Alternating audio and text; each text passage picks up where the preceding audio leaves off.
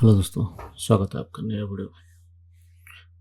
आज हम एंड्रॉयड का जो डिटेल इंट्रोडक्शन पढ़ेंगे। डिटेल इंट्रोडक्शन में आप देखेंगे कि क्या क्या कंपोनेंट्स आता है, क्या क्या एसडीके आता है, क्या क्या एपीआईज कवर करता है। मीन्स सारे एपीआई तो हम लोग आज नहीं हो पाएगा, लेकिन हम लोग सिर्फ जानेंगे उसका कंपोनेंट्स क्या है कि एंड्रॉयड में एक एप्लीकेशन को बिल्ड करने के लिए फ्रॉम स्क्रैच टू डिप्लॉयमेंट कौन सा प्रोसीजर का गो थ्रू होता है। ओके ओके सब जैसे हम लोग जानते हैं कि जो एंड्रॉयड एप्लीकेशन है वो मोस्टली आपको एंड्रॉयड प्लेटफॉर्म में ही आपका रन होता है। वो आईओएस प्लेटफॉर्म में वो कंपेटिबिलिटी नहीं है। एंड्रॉयड एप्लीकेशन मोस्टली आप एंड्रॉयड ऐप में सर एंड्रॉयड एप्लीकेशन मोस्टली आपको एंड्रॉयड डिवाइस में ही चलेगा, एंड्रॉयड इनेबल्ड डिवाइस में। जैसे कि नेटिव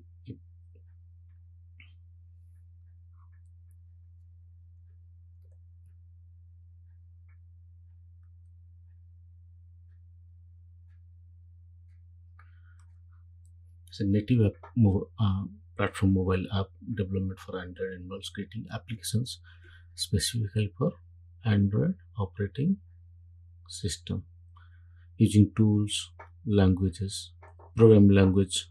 हम लोग देखेंगे आगे कौन कौन सा लैंग्वेज वो कवर करता है। रिसोर्सेस, क्या क्या रिसोर्सेस वो कवर करता है, कंज्यूम करता है, प्रोवाइडेड बाय गूगल्स।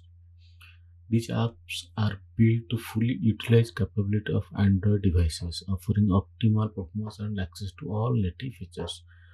जितना भी आपका नेटिव फीचर्स हो, चाहे वो कैमरा का फीचर हो या फिर सिक्योरिटी से रिलेटेड कुछ भी हो, एंड्रॉयड का जो नेटिव फीचर्स है उसको कवर करता है। कौन कौन सा प्रोग्रामिंग लैंग्वेज कवर करता है? प्रोग्रामिंग लैंग्वेज बेसिकली दो प्रोग्रामिंग लैंग्वेज कवर करता है, एक है जावा का और एक है कॉटलिन। कॉटलिन अभी मोस्ट रिसेंटली इंट्रोड्यूस हुआ है 2007। कॉटलिन लैंग्वेज और अंडरस्टैंडिंग स्पेसिफिक लैंग्वेज है, मोस्ट मीन्स ज़्यादा कॉम्प्लेक्स नहीं है। जावा में जो है हमारा मोस्टली कोर जावा जो यूज़ करते हैं, not advance Java. Core Java specific जितने भी फीचर्स है, लाइब्रेरीज है, पैकेजेस है, वो इनहेरिट होता है इसमें। Traditionally the primary language for Android development is Java. अभी उन्होंने इंट्रोड्यूस किया है कोटलिन।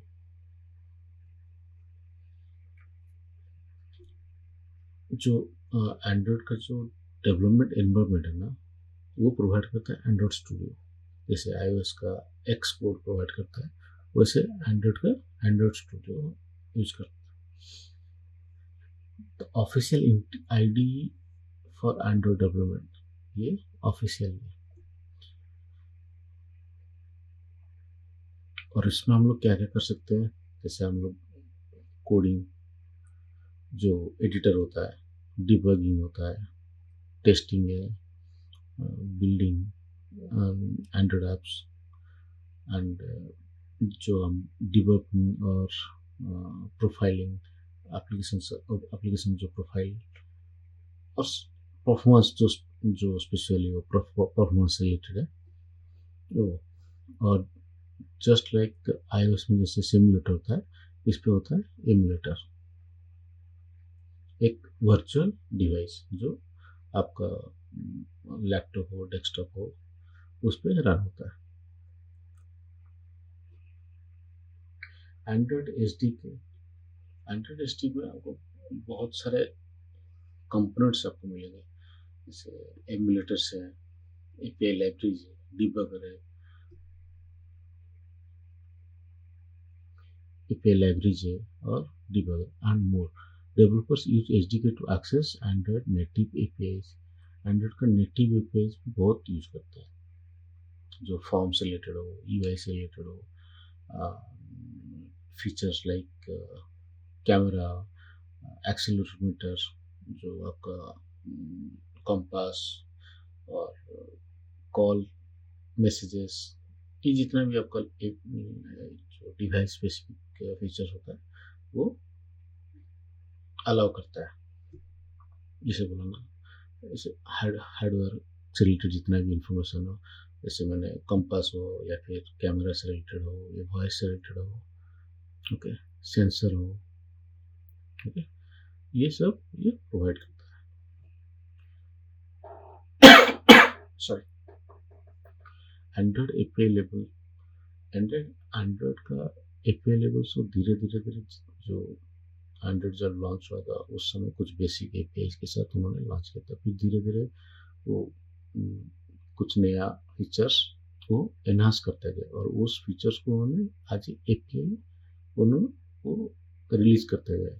मीन्स एंड्रॉयड 1.0, एंड्रॉयड 1.2 में एक नया कुछ फीचर्स ऐड कर दिए, उसका एपीआई को इंक्रीज कर दिया, एपीआई नंबर 5, एपीआई नंबर 6 में कुछ अलग, एपीआई नंबर 7 में कुछ अलग। तो इस तरह से वो इंक्रीज कर करके वो इंक्रीमेंटल प्रोसेस में चलते रहते हैं। Messaging, social networking, pairing of devices, bluetooth integration, map, Google map integration, mail composing, ये हर एक एपीआई में कुछ ना कुछ नया है फीचर्स वो ऐड करते रहते हैं। और एपीआई का मतलब ये है कि आप एक नया फीचर ऐड करो और उसका एपीआई लेवल इंटीग्रेट करो, तो करंट जितना भी करंट सपोर्टिव डिवाइस और in fourth coming supportive device में वो आपका इंटीग्रेशन हो जाएगा। यूजर इंटरफेस, जैसे iOS का यूजर इंटरफेस जो डिजाइन है वो XML स्पेसिफिक, मोस्टली डिवाइस जो मोबाइल एप्लीकेशन का जो यूआई है वो मोस्टली XML बेस्ड लेआउट्स ही होते हैं। आप उसका अगर सोर्स कोड में जाओगे ना तो आपको XML ही मिलेगा। हाँ, लेकिन उस सोर्स कोड को आप मॉडिफाई करने की कोशिश मत करो, क्योंकि एक छोटा सा कैरेक्टर भी आपका यूआई को मिसमैनेज कर सकता है। इसलिए अगर आइडिया है कि कौन सा पार्ट को छेड़ने से कुछ प्रॉब्लम नहीं होगा तो आप उसको ट्राई कर सकते हो, otherwise never modify the XML portion of the UI design. Means आपका जो ये अगर आपका डिजाइन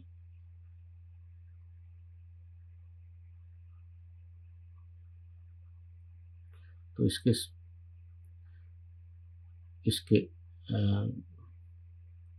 जो स्पेसिफिक लैंग्वेज होगा ना वो XML पे ही लिखा रहेगा। ओके, आप उसको view as XML source code भी कर सकते हो। ठीक है, जब हम लोग उसको कोडिंग पर समझाएंगे मैं आपको उसको सोर्स कोड को दिखाऊंगा। ओके, तो most important part is Gradle. Gradle means आप कह सकते हो एक तरह से बंडल। ये क्या करता है, आपका सारा इंफॉर्मेशन, आपने एक मोबाइल एप्लीकेशन बना दिया, ओके, ये आपका मोबाइल एप्लीकेशन आपने बना दिया, इसके अंदर बहुत सारे चीज, जैसे यहाँ पर लिखा है डिपेंडेंसीज। ठीक है, डिपेंडेंसी में क्या होता है, लाइब्रेरीज,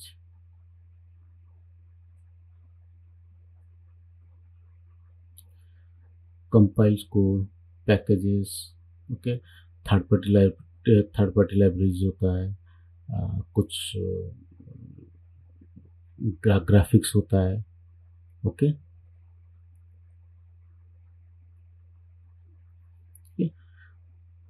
बहुत सारा इंफॉर्मेशन रहता है। उन सबको क्या करता है, एक बंडल आज एक बंडल पैकेज वो एक कंटेनर में डाल डाल के बिल्ड करता है और उसको नाम दे देता है APK। ओके, और अभी जो लेटेस्ट जो वो पैकेज कर रहे हैं वो कर रहे हैं A B, means Android app bundle, और पहले क्या था Android package, okay, for file distribution. File distribution ये हो गया आपका सारा एपी के सारा रेडी हो गया। आप उसको क्या करोगे, अब उसको डिस्ट्रीब्यूट करोगे, और कहाँ ये होता है आपका प्ले स्टोर डिस्ट्रीब्यूशन में, ठीक है। प्ले स्टोर डिस्ट्रीब्यूशन का क्या प्रोसीजर है ये, और उसका काम क्या है, जो आपने जो एप्लीकेशन बनाया है उसको पब्लिक यूटिलाइजेशन के लिए तो आपको डिप्लॉय करना ही पड़ेगा ना, कि पब्लिक उसको कैसे कंज्यूम करेगा, पब्लिक उसको यूज कैसे करेगा उस एप्लीकेशन को, ठीक है।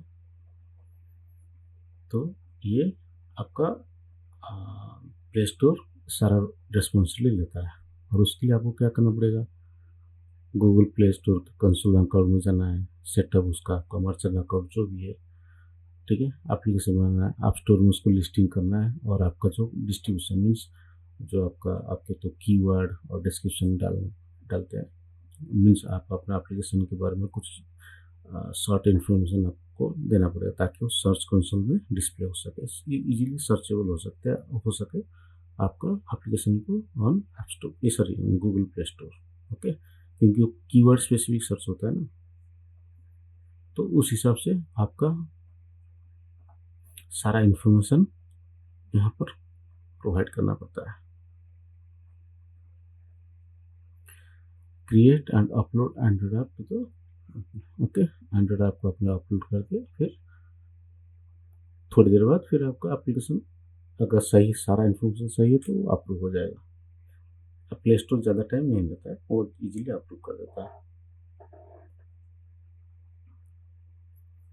सो एडवांटेज क्या है इसका एंड्रॉइड डिप्लॉयमेंट का, ऑप्टिमल, जैसे नॉर्मल नेटिव एप्लीकेशन में optimal performance, native Android apps are compiled into machine cores, allowing them to run directly on the device hardware, means आपका डायरेक्ट हार्डवेयर के साथ कंपाइलेंट रन हो जाएगा, ठीक है। Full access to device features, obviously native application का role ही वही है, क्योंकि आपका जो भी डिवाइस का जो भी हार्डवेयर फीचर्स होगा वो सब यूज कर सकता है, camera, GPS sensor, okay, notification, background task, वो सब बेटर यूजर एक्सपीरियंस, यस, और क्योंकि डिवाइस जो डिवाइस कंपनी एंड्रॉयड कंपनी क्या करता है, वो यूजर को यूजर के हिसाब से वो अपना डिवाइस बनाते हैं स्मूथली प्रोसेस करने के लिए, तो आप उसका एप्लीकेशन उस चीज़ को फ़ायदा उठाता है, तो इजीली बेटर यूजर एक्सपीरियंस के लिए वो प्रोवाइड करता है प्लेटफॉर्म, आप उसको यूटिलाइज करते हो। Native apps more secure than third party apps और क्रॉस प्लेटफॉर्म ऐप्स और hybrid apps, all the native apps, क्योंकि इसका सिक्योरिटी मल्टी लेवल पे होता है। पहला लेवल पे होता है आपका एप्लीकेशन लेवल पे, दूसरा होता है आपका डिवाइस लेवल पे, थर्ड होता है नेटवर्क लेवल पे, तो 3 लेवल पे होता है, ओके, डिवाइस का, ओके, क्या है, पहला है आपका डिवाइस लेवल पे सिक्योरिटी रहेगा, sorry application level, mobile app जो ये करेगा सिक्योरिटी रखोगे, चाहे ऑथेंटिकेशन हो या फिर इनक्रिप्शन, डाटा इनक्रिप्शन, कुछ भी होगा, ठीक है। फिर डिवाइस लेवल पे सिक्योरिटी रहता है, तो आप उसका एप्लीकेशन में एक्सेस करो, कैसे एक्सेस करो, क्या प्रोसीजर है, ठीक है।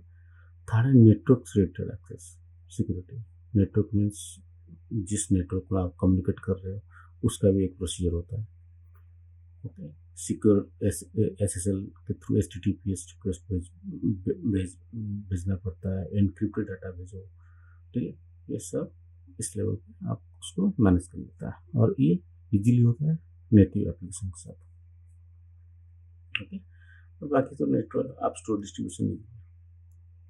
डिसएडवांटेज क्या है, same development cost, maintenance cost and device permission, क्योंकि डिवाइस क्या होता है ना, टाइम टू टाइम चेंज होता है, हर एक क्योंकि आप आज आपने एंड्रॉयड 9 के लिए बनाया है, एक साल बाद आपको उस सेम कोड को एंड्रॉयड 10 के लिए भी कंपाइलेटर चेक करना पड़ेगा, फिर आपको एंड्रॉयड 11, ठीक है, एंड्रॉयड 12।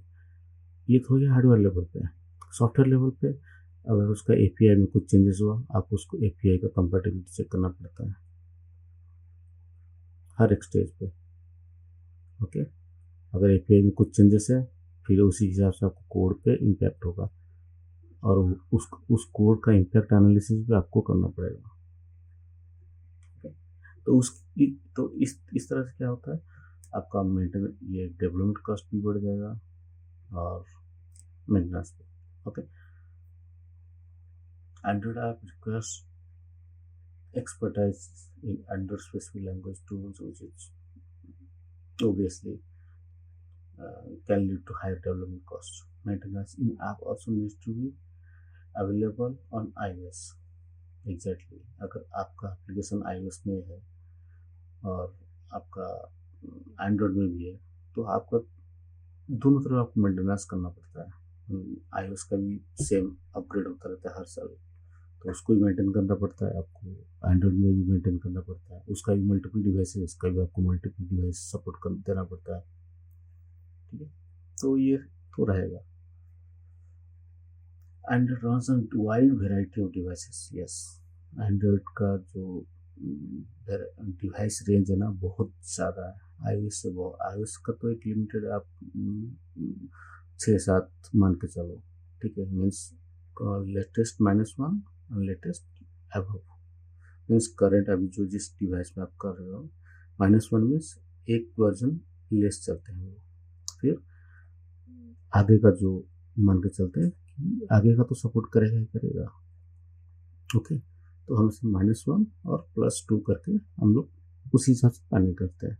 तो उससे क्या हो रहा है, तो ज़्यादा डिस्टर्बेंस नहीं होता एप्लीकेशन में, डेवलपमेंट में, और उसका कोड एनालिसिस में, और इम्पैक्ट चेक, इम्पैक्ट में, कोड इम्पैक्ट का।